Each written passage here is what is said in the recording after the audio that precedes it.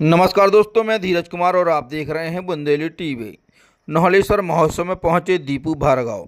आइए जानते हैं उन्होंने महोत्सव के बारे में क्या कहा। हमारा यह है नौहलेश्वर महोत्सव और इस महोत्सव के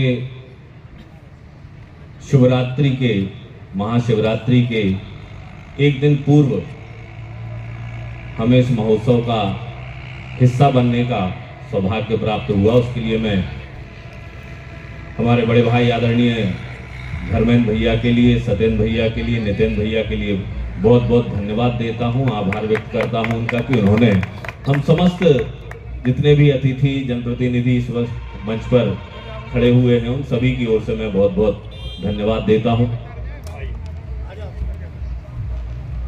निश्चित रूप से हमारे बुंदेलखंड की एक अमिट पहचान के रूप में उभर कर आया है और धर्मेंद्र भैया के विषय में और इस शानदार जानदार आयोजन के विषय में मैं यही कहना चाहूंगा, जो आपकी और हमारी आम बुंदेलखंडी भाषा में एक छोटा सा वाक्य है कि चमन बरसा दो। इस नौहटा नगरी में धर्मेंद्र भैया ने चमन बरसा दो एक कार्यक्रम के माध्यम से, महोत्सव के माध्यम से। देखिए, महोत्सव तो बहुत होते हैं, लेकिन वास्तव में जब कोई व्यक्ति किसी मेले में आता है, किसी कार्यक्रम में आता है, किसी महोत्सव में आता है और उस महोत्सव में आकर उसका तन भी ना भरे, उसका मन भी ना भरे, तो उसे मजा नहीं आता। ऐसा ही अगर आप किसी मेले में आए हैं, किसी महोत्सव में आए हैं, तो तन से और मन से तो आपको तृप्त होकर जाना ही पड़ेगा, तभी उस महोत्सव की सार्थकता है। इस महोत्सव में निश्चित रूप से जो भी आएगा वह तन से और मन से तृप्त होकर जाएगा, इतने शानदार कार्यक्रम के आयोजन के माध्यम से। धर्मेंद्र भैया के विषय में मैं यही कहना चाहूंगा कि जैसा उनका नाम है, अगर उनके नाम का थोड़ा सा संधि विच्छेद करें तो धर्म और इंद्र निकल कर आता है। कहे चाचा सही कही? धर्म और इंद्र मतलब धर्म का राजा उनके नाम का अर्थ है। आज के समय में धर्म का राजा वही हो सकता है जो ईमानदार हो, वही हो सकता है जो कर्तव्यनिष्ठ हो, वही हो सकता है जो भरोसेमंद हो, वही हो सकता है जो विश्वसनीय हो। किसके लिए? जनता के लिए। और इस बात का एक जीता जागता उदाहरण मैं आप लोगों को बताना चाहूंगा कि धर्मेंद्र भैया संस्कृति विभाग के मंत्री हैं, लेकिन ये आयोजन सरकारी नहीं है।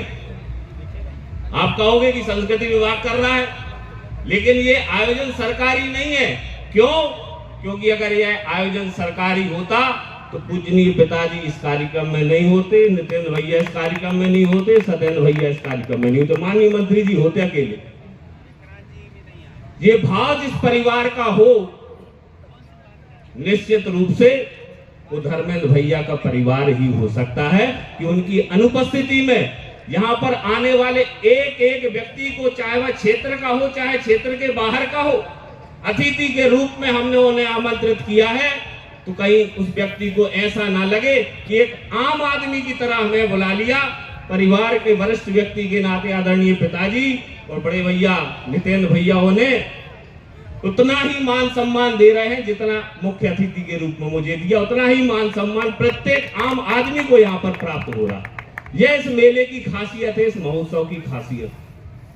मैं बहुत बहुत शुभकामनाएं देना चाहता हूं धर्मेंद्र भैया के लिए और परमात्मा से ये कामना करना चाहता हूं कि यह महोत्सव कभी रुके ना। धर्मेंद्र भैया के मार्गदर्शन में, धर्मेंद्र भैया के नेतृत्व में सालों साल यह कार्यक्रम ऐसा ही सतत अनवरत चलता रहे। देखिए, इन कार्यक्रमों के माध्यम से स्थान भी जागृत होते हैं। ये कोई आम मेला नहीं है जो किसी की स्मृति में लग रहा है या हर साल लगता था तो लग रहा है। यह नौलेश्वर महादेव की प्रति समर्पित मेला है। उनका मंदिर पीछे है। जितने भी लोग इन 10 दिवस में हजारों की संख्या में यहां पर आएंगे, वह देवादिदेव महादेव को भी प्रणाम करेंगे, उन्हें भी याद करेंगे, उनका भी स्मरण करेंगे। और हजारों हजारों लोग के स्मरण करने से निश्चित रूप से यह क्षेत्र भी जागृत होगा, यह स्थान भी जागृत होगा और नवलेश्वर महादेव का यह प्रसिद्ध मंदिर यह पुनः अपनी जागृत अवस्था को प्राप्त करेगा। जैसा कि 1000 वर्ष पूर्व जब इस मंदिर का निर्माण हुआ होगा, तब इसकी जागृति, तब इसकी चेतना, तब इसकी ऊर्जा जैसी थी, वैसे ही धर्मेंद्र भैया के मार्गदर्शन में आने वाले समय में हमें पुनः नवलेश्वर महादेव के इस मंदिर की चेतना और ऊर्जा देखने को मिलेगी। आप सभी के लिए मैं बहुत बहुत धन्यवाद देता हूं।